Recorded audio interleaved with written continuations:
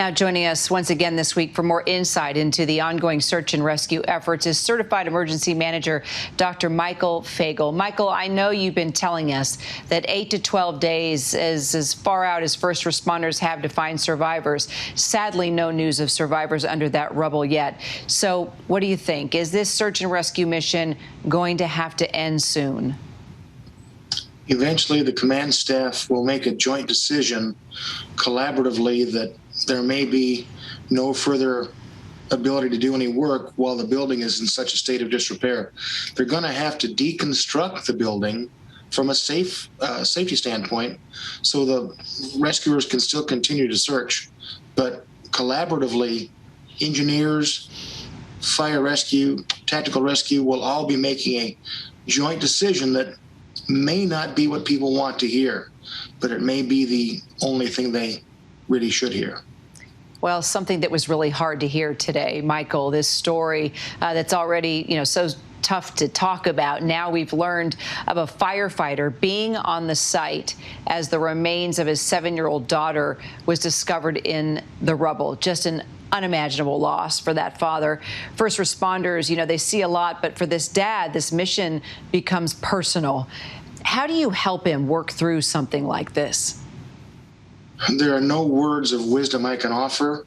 People will try to console the family members that firefighters are a very tough, resilient crowd of people. But remember, we're still people. We're still people that hurt and ache. And the people we're working for, the citizens who expect us to do 200%, which we always do, we don't know when that's going to stop. And my advice to the rescue teams, the people there, the public works people, all the officials, dispatch, you name it. Eventually, this will come to its next level of conclusion. And at that point, when you're able to take a breath, your head will hurt, your heart will hurt, and your soul will hurt. And you have to understand that you're human. Please, please, please don't do all these elements by yourself.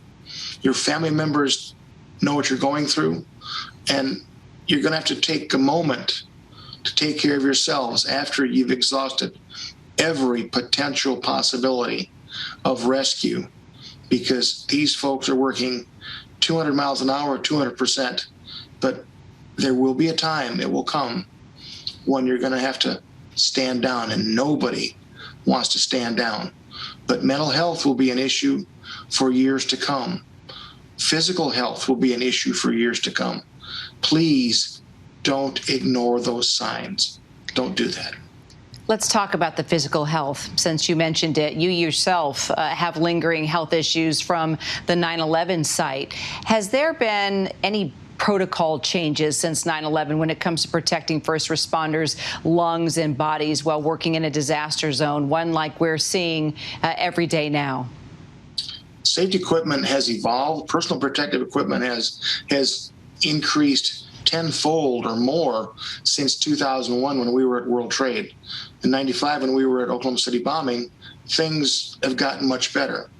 But the key is that we have to monitor the health of the response community, and that's the public works, the mayor, everybody out there, all the officials who are there from 50 different agencies. Every one of those people have an exposure.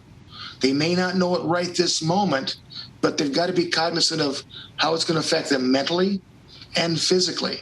And don't say it's not going to happen to me because I work for the XYZ department. It will happen. Be cognizant of that, because if you ignore it, it may get, far, far worse.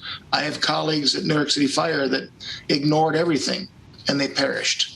I lost a kidney and lung function due to World Trade. I didn't learn it till 10 years later. But every single day, knock on wood, I am able to do what we do today and do these things. The people have to understand that they are human, and don't ignore that. Don't ignore those signs, because if you do, it will not go well for you. And a lot of times you don't think about that because you're just trying to save lives and do the right thing. Michael, one of our producers found these images of rescue workers there on the scene without masks. Is that a good idea? Because as I listen to you and then also know what you've been through and just the toxicity that can be in the air, both outside and underground, could something as simple as wearing a mask help protect these men and women who are working this scene? Absolutely. Please wear your equipment. We as safety people, safety officers, try to identify what the risks are at that facility. And we tell people what they need. But occasionally people will say, I'm too busy, it's uncomfortable, and I get that. I wore all my gear while on scene and I still got ill. I don't want anybody else to get sick. I want them to learn from our past events. I want them to learn that it's okay to wear a mask. It's okay to wear an air pack. It's okay to wear personal protective equipment. Because if you do that, you increase your chances of survivability. And that's the thing that people, you see right there in the pile, you see the photographs, you'll see people with and without masks. Oh, I don't need that. I'm tough. I'm a whatever. No, you've got to understand your humanity.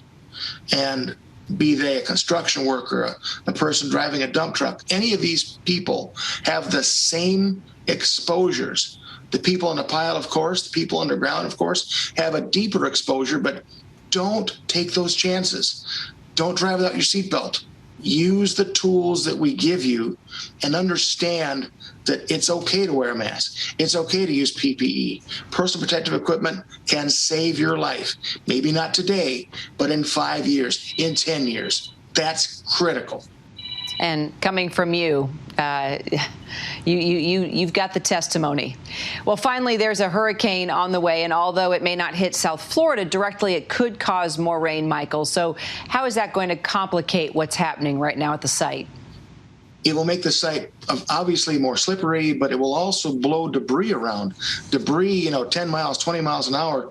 As you saw in some of those photographs, there was a beam that had moved 6 to 12 inches. That material could be being held into place by a thread, a wire, a cable, a rebar, or just lodged there. And we had those at Oak Bomb, we had those at World Trade. Understand that the engineering staff, in collaboration and cooperation with the technical rescue team, the fire chief, the unified command, are making decisions to save lives of the rescue people, to not endanger anybody any further, because it's risk and reward. And we'd never, ever want to say we stop doing rescue. But there comes a time in high winds or building shifting that it may have to be curtailed temporarily. But nobody ever wants to stop. Nobody ever wants to leave these people, these family members, these moms and dads and sisters and brothers and aunts and uncles alone. They want to get everyone in the best way they can. But occasionally, that may not be what can really happen. With the hurricane or the gale force winds, whatever may be coming in, that may make it too dangerous at that moment. And it may shift things depending on how the weather hits. It may make things even more dangerous, and sadly, right, the rescue teams don't want to stop. Dr. Michael Fagel, thank you not just for your passion, but your compassion as well. We always appreciate your expertise. Thank you. You're very welcome. Hi, everyone. George Stephanopoulos here. Thanks for checking out the ABC News YouTube channel. If you'd like to get more videos, show highlights, and watch live event coverage, click on the right over here to subscribe to our channel. And don't forget to download the ABC News app for breaking news alerts. Thanks for watching.